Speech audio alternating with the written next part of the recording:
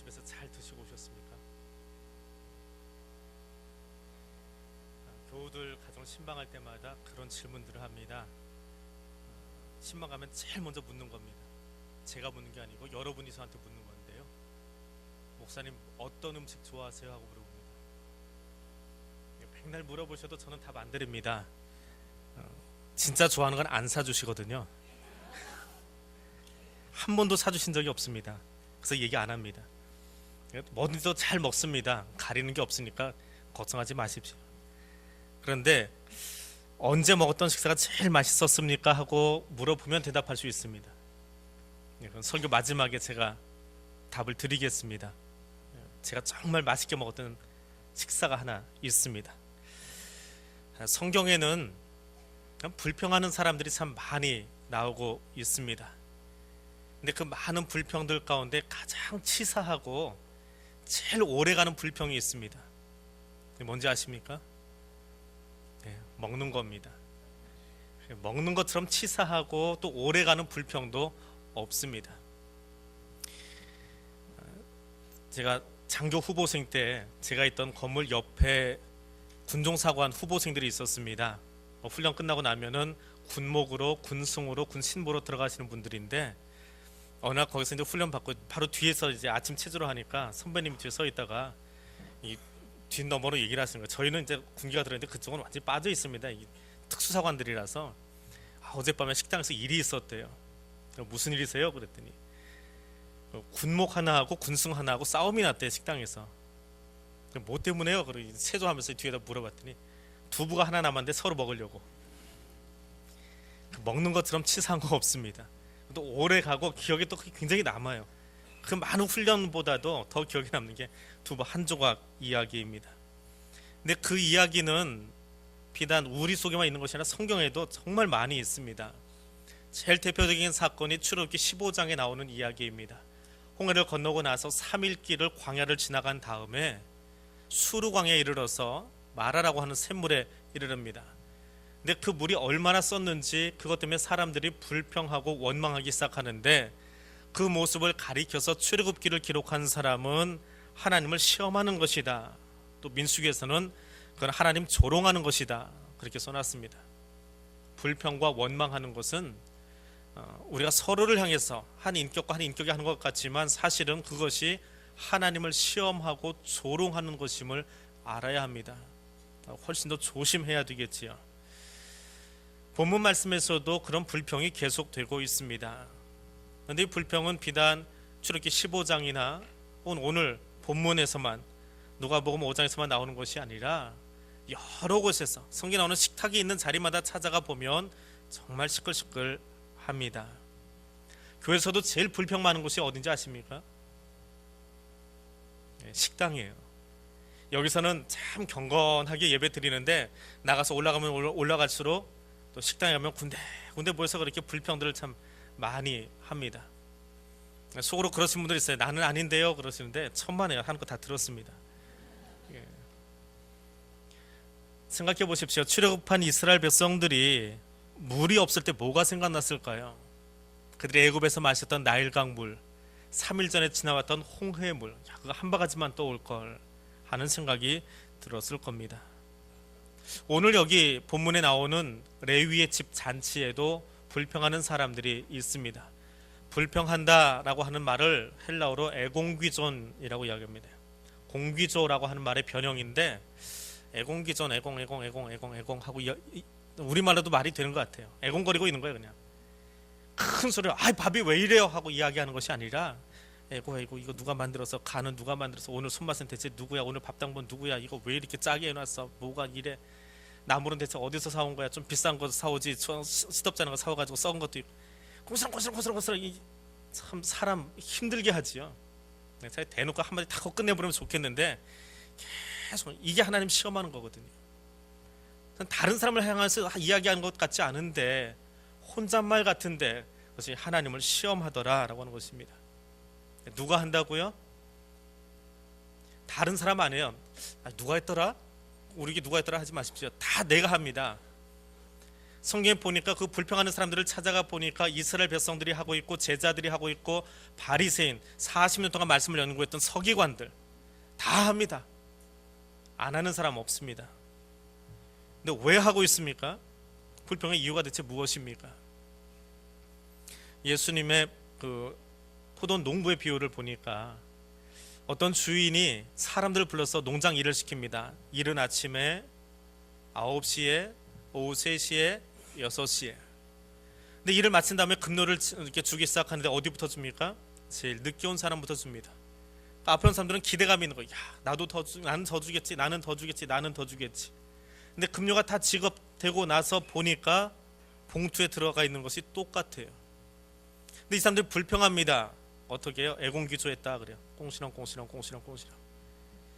누구는 10분 일하고 저만큼 받고 나는 하루 종일 일하고 이만큼 받고. 그게 불평이에요. 이게 불평이에요. 근데 그들이 잊어버린 것이 있지요. 불평하는 이유가 있습니다. 내게 일할 수 있는 기회가 주어졌다라고 하는 것은 기억하지 않는 거예요. 내가 받은 은혜, 내가 받은 축복 기억하지 않습니다. 그들은 현상만 바라보는 거예요. 내 주머니만 보는 거예요. 이게 없어서 불평해요. 그럼 불평하는 자리는 어떤 일이 일어날까요? 바울과 실라가 빌립보 감옥에 갇혔습니다. 그들이 불평하고 있었다면 어떤 일이 벌어졌을까요? 아무 일도 안 일어납니다. 어떤 일이 일어났을까요? 아무 일도 안 일어납니다. 왜요? 감옥의 특징이 있습니다. 감옥은 불평하는 사람들끼리만 모여 있어요. 아이씨, 누구는 10억이나 해먹고도 저 밖에서 활보하고 다니는데 나는 겨우 500만 원 해먹고 말단 공무원인데 재수없게 걸려가지고 여기 들어와 있다고.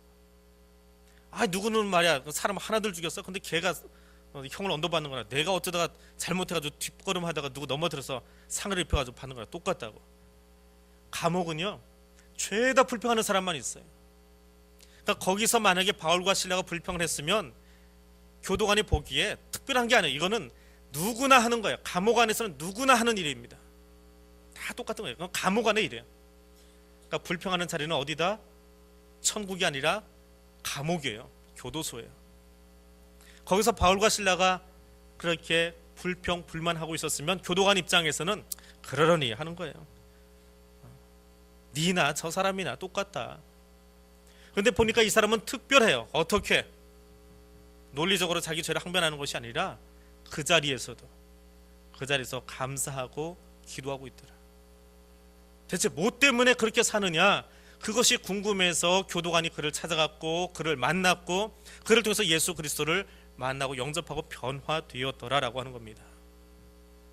성경에 나오는 그 많은 불평의 자리들을 찾아가 보니까 대다수의 경우에 어디에서 그랬냐? 식탁 앞에서 그래요. 식사 자리 앞에서 그렇습니다. 말의 샘물 앞에서 이스라엘 백성들이 그랬고 베세다 들녘에서 오병이어를 받아들던 제자들이 그랬고 레위의 집에서 만찬자리 앞에 있던 바리새인과 서기관님들이 그러했습니다. 물론 그들이 출애굽할 때에 며칠 동안 이동할지 몰라서 물을 그렇게 많이 들고 가지는 않았을 거예요. 또 많이 들고 가지 않다 보니까 누가 먼저 찡얼찡얼 거렸을까요? 어린아이들일 거예요. 참지 못하거든요. 여름휴가 받아가지고 아이들 데리고 놀러 가보십시오. 놀이공원에 딱 갔는데 가기도 전에 아이들이 고속도로 휴게소 지나가면서 그럽니다. 아빠 저기 들어가서 햄버거 하나만 사줘. 아빠 저기 들어가서 뭐 맛바 하나만 사줘. 거기 들어가면 또 맛바만 사나요? 아빠 저 음료수 그 색소 들어간 이상한 음료수들 꼭 그거 사달라고 그래요. 그 놀이공원 가가지고 좀 돌아다니다 보면은 놀이공원 아빠는 큰맘 먹고 그 비싼 돈 내고 자유여행권 끊어서 들어갔는데 조금만 걷다가 뭐 사줘, 조금만 걷다가 여기 앉아있다가 조금만 걷다가 솜사탕 사줘. 뭐 그 피곤한데 거기까지 갔는데 머리 끝까지 화가 올라가겠지요. 그게 불평이거든요. 하나님의 인내력을 테스트하고 있는, 아버지의 인내력을 테스트하고 있는 아이들처럼 출애굽하고 난 다음에 아이들이 징얼거렸을 거예요. 씻을 물도 없지요. 음식 씻을 물도 없지요. 얼마나 힘들었겠어요. 그러다 말의 샘물을 만났으니 사람들이 가만히 있겠습니까? 너도 나도 그 좁은 물에 다 뛰어들었지요. 흙탕물 됐을 거예요. 이성적으로 생각해도. 그리고 물이 써질 수밖에. 근데 그들이 기억할 것이 있습니다. 하나님이 그들에게 뭘 주시려고 마라로 끌고 가셨다는 걸 기억을 해야 돼요. 기억을 했으면 그들이 할 일이 있습니다. 어떤 일이에요? 이런 데로 들어와가지고 나일강물보다도 못한 흙탕물에다 데려다 놓고 물 먹으라고 그래? 그게 아니에요. 시편에 보니까 하나님이 이스라엘 백성들을 출애굽해서 홍해를 지나가게 하실 때에 그의 손으로 물을 양쪽 벽으로 만들어 놓으셨다 그래요. 삼손이 벽을 짚은 것처럼 하나님이 바닷물을 손으로 막아 놓으셨기에 그 가운데 길로 지나갔어요. 그 3일 전에 하나님의 은혜를 기억하는 사람들이라면 내가 오늘 여기 이 자리에 쓴물 앞에 있을지라도 여기 데려다 놓으시고 하나님이 무슨 일을 하실까라고 하는 기대감이 있어야 돼요. 그 기대감으로 기도할 수 있어야 돼요. 근데 불평하는 사람들은 현상만 바라봐요. 이 물이 쓰지, 여기다 끌어다 놓은 모세가 나쁘지, 그 모세를 어디서 만나가지고 하나님 불러내셨어? 산꼭대기 물 없는 데서 불러냈는데 여기로 불러오셨어. 그런 식으로 새로운 해석을 하면서 애공기죠 그러고 있는 거예요. 레위의 집에서도 마찬가지입니다. 바리새인과 서기관들이 레위의 집에 들어갔습니다. 식탁이 준비되어 있고 앉아 있는데 그들이 불평합니다. 죄인과 같이 먹는다고, 우리가 제일 싫어하는 세리들하고 밥 먹는다고. 이제 말은 잘하는데 하는 행동 보니까 예수가 아니라고. 그러면서 애공기죠 하고 있습니다. 그들이 보아할 것이 무엇입니까? 얼마나 레위가 감격했으면 갑자기 이렇게 사람들을 끌고 들어갔겠어요. 제자들을, 바리새인들을. 그렇게 손님 끌고 가면 제일 기분 나쁜 게 누구예요? 집에서 갑자기 손님 와서 음식 준비해야 되는 여자들이잖아요. 근데 그 여자들이 조용하게 거기에 음식상을 차려 내놓았어요. 그 땀 흘린 사람들의 손은 보지 않는 거예요. 얼마나 레위가 예수 만나고 감격했으면 사람들을 데리고 들어가서 거기서 그 잔치상을 벌였겠습니까? 근데 그 레위의 마음은 아무도 알아주지 않는 거예요. 그냥 내가 불편한 거예요. 내가 더 갖지 못한 거예요. 내가 더 취하지 못한 거예요. 불평은 욕심의 산물입니다. 불평은 욕심의 산물입니다. 내 욕심이에요. 다른 사람 욕심이 아니고 내 욕심이 채워지지 않으면 애공기죠 합니다. 내 마음이 충족되지 않으면 애공기죠 하고 있습니다. 그 사람들이 누구입니까? 이스라엘 백성이고 제자들이고 바리새인이고 서기관입니다. 그들은 자신들의 전통에 따라서, 관습에 따라서, 우리의 전통에는 세리하고 밥 먹는 거 아닌데, 우리의 전통에는 저들과 같이 겸상하는 것도 아닌데 예수는 그 부정한 자들하고 하고 있다고. 그것이 감사는 사라지고 불평만 하게 만들었습니다. 마라의 샘물도 베세다의 만찬도 레위의 식탁도 다 그러했습니다. 그 식탁을 준비해 주신, 마라의 샘물을 거기다 준비해 놓으시고 이끌어 놓으신 하나님의 손을 보지 못하고 베세다 들녘에서 오병의 기적으로 잔치를 베푸실 예수님의 손, 성령 하신 하나님의 손은 바라보지 못하고 구원의 감격으로 거기에 같이 나누자라고 이야기하시는 예수님이 그들 마음속에서 사라지니까 애공귀조하고 있더라. 하나님은, 베세다 들녘의 예수님은, 레위의 식탁을 준비하도록 그 집안에 들어가신 그 예수님은 거기 있던 어떤 사람도 구경꾼 되는 것을 원치 않으셨습니다. 그 물 얼마나 맛있나 보자. 우리가 그래도 옛날에 육각수 먹었는데. 그렇게 구경꾼 되라고 부르지 않으셨더라라고 하는 거예요. 물에다가 사랑을 쏟는다고 육각수 되는 게 아니고 하나님의 손 한 번만 찍으셔도 육각수 됩니다. 하나님이 원하시는 흙탕물에도 단번에 물을 바꿔버리실 수 있어요. 결례를 따라 들어가는 그 항아리의 물도 포도주로 바꾸시는 하나님이신데 그 물 못 바꾸시겠습니까? 그 하나님을 믿지 못하니까, 그 하나님에 대한 기대감이 없으니까 베세다 들녘에서도 돈 타령하고 있습니다. 이 돈 가지고 뭘 할 수 있느냐고요. 어디 가서 이 사람을 다 먹이겠냐고요. 레위의 집안에서도 그렇습니다. 구원받은 사람들이 들어와 있는데 그것은 보지 아니하고 부정한 자와 앉아 있다고. 내 앞에 놓여 있는 삶의 정황이 쓴물처럼, 말의 쓴물처럼 쓰고 감당할 수 없을지라도 감사할 줄 아는 사람은 기대감이 있어요.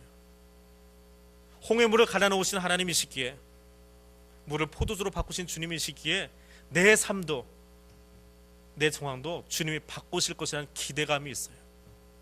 지금까지 여기를 이끌어 오시는 하나님을 알기 때문에 이 다음에도 하나님 무엇 하실지 기대감이 있어서 기도할 수 있습니다. 그 사람은 불평하지 않아요. 하나님에 대한 은혜를 기억하지 못하고 기대감이 없으면 기도도 안 할 뿐더러 모양은 있지요. 서기관처럼 바리새인처럼 금식도 다 합니다. 손들고 사람들 보라고 기도합니다. 그러나 그는 기대가 없습니다. 현상만 바라볼 뿐입니다. 오늘 여기 레위의 식탁, 주님은 그 용서의 기쁨의 자리에 제자도 레위도 레위의 가족도 바리새인도 함께 와서 즐거워하기를 원하고 계셨습니다. 그리고 그 주님은 오늘 우리에게도 똑같은 식탁을 베풀어 주십니다. 오늘 추수감사절에 예배 끝나시면 4층 올라가셔서 다 식사하고 가십시오. 근데 간이 맞네 틀리네 애공기조하지 마시고, 대체 오늘 주방 담당은 누구였기에 애공기조하지 마시고, 함께 나누실 때 거기 주님이 함께 하심을 기억하실 수 있기를 원합니다. 무엇보다 하나님이 우리에게 베푸신 구원의 식탁, 간병 식탁을 기억할 수 있기를 원합니다. 며칠 전에 신문에 얼마나 풍작이 들었는지 채소값이 40%나 떨어졌다고 대문짝만하게 실렸습니다. 그리고 그 다음날 또 그 다음날 모여서 사람들하고 이야기를 나누기 시작하는데 그래요. 야, 금년에 태풍이 한 번도 안 지나가가지고 작물값이 다 떨어졌대. 그럼 좋잖아요. 근데 그 다음에 뭐라고 그래요? 그 미련하게 말해. 그럴 때는 곡식을 좀 나눠가지고 정부에서 시키는 대로 이렇게 좀 심었으면 제값을 받지. 그렇게 심어가지고 말이야. 뒤 옆에 있던 누가 또 그래요. 아, 그래 제주도 쪽에 살아보셨지요 목사님. 그 바닷물도 한번 휘저어놔야 고기들이 살이 통통하게 찌는데 그 일본 바닷물도 싹 흘려가지고 돌려보내는데 그거 안 그래가지고요. 저도 부안해동해서 얘기했어요. 얘기하다 한참 하다 보니까 한 2년 전인가요? 작년인가요? 태풍 얼마나 심하게 지나갔습니까? 뉴스에서 유리창 깨지지 않게 하라고 신문지 갖다 붙이라고 엑스트라 테이프 붙이라고. 태풍이 오면 태풍 와서 불평, 태풍이 안 오면 태풍이 안 와서 불평. 이게 우리의 모습입니다. 주어진 현상만 바라보고 불평하는 거예요. 그러면 하나님 그 태풍 다 비껴가게 하시면서, 일본은 얼마나 아팠겠어요. 근데 그거 다 비껴가게 하시면서 좀 잘 먹고 편안하게 있어라 하나님 우리 땅에다 그만큼 베풀어 주셨는데 주신 것은 기억하지 않아요. 내가 받은 것은 기억하지 않아요. 그것이 애공귀조하는 거예요. 하나님이 내게 베푸신 것을 기억하고 감사할 줄 알고 그것을 가지고 이 다음에 어떤 일 하실지를 기대할 수 있는 믿음의 사람들 되시기를 바랍니다. 제가 먹었던 가장 기억에 남는 식탁을 하나 소개해드립니다. 그 밥 먹고 싶어가지고 15년 기다렸습니다. 15년 만에 먹었습니다. 유아세례 받고 입교를 했습니다. 15살 되던 해 그 해 입교자가 없어가지고 담임 목사님이 따로 불러서 너 금년에 해라 그래서 혼자 했습니다. 보통은 입교자를 우리 이제 저 뒤에 앉혀놓는데 제일 앞자리에다 앉혀놔요. 그 뒤에 세례자 앉히고 그 뒤로 자녀들이 앉아 있습니다. 입교식이 딱 끝나고 성찬식을 합니다. 두 손가락으로 잡을 수 있는 요만한 떡이 주어졌어요. 그거 15년 동안 먹고 싶었어요. 세례 안 받으신 분들만 아는 거예요. 치사하게 자기를 그렇게만 먹는다고. 그거 정말 먹고 싶어요. 선배들이 먹고 있는 그 장로님들이 먹고 있는 그 떡 한번 먹어보고 싶었어요. 손가락으로밖에 안 잡히는 작은 떡인데 그걸 잡고 얼마나 즐거우는지 몰라요. 내가 저걸 먹으러 15년 기다렸는데 그거 입속에다 넣는데 그 맛이 얼마나 좋은지요.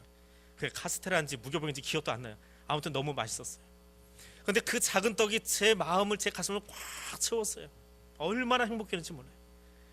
크기는 이만한데 내 삶을 다 채울 만큼 그 떡덩이가 얼마나 크게 느껴졌는지 몰라요. 지금도 그 느낌이 있어요. 그 잔을 받았습니다. 이만한 잔이에요. 그 어른들 앞에서 뒤에 형도 있고 누나도 있고 선배 장로님들 계시고 모교회사 있으니까 선배님도 신앙의 선배님들 뒤에 잔뜩 있는데 제일 앞자리에 앉아서 이게 포도주를 마실 수 있는 거. 그렇게 표현해서 죄송한데 인정받는 거잖아요. 인정받는 거잖아요. 그날 그 떡과 포도잔을 내려놓고 밖에 나오는데 우리 어른 장로님들이 어깨 퉁여서 야 이제 너도 어른 됐구나, 너도 이제 성찬에 참여하는구나, 축하한다 그러는데 그 말이 얼마나 그렇게 나를 행복하게 했는지 몰라요.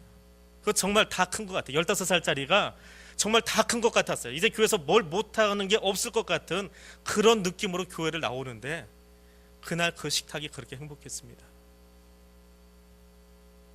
내 아버지가, 하늘아버지가 나를 위해서 만들어주셨던 그 식탁이요.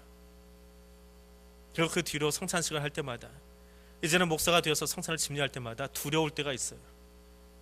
그거 다 잊어버리고 습관적으로 이것을 집례하게 되거나 외워가지고 순서 안 틀려야지 거기에 집중하다가 떡의 의미를 잃어버리고 잔의 의미를 잃어버리고 그걸 받을 때에 두려워집니다. 내 첫사랑을 잊어버린 것 같아서 두려워집니다.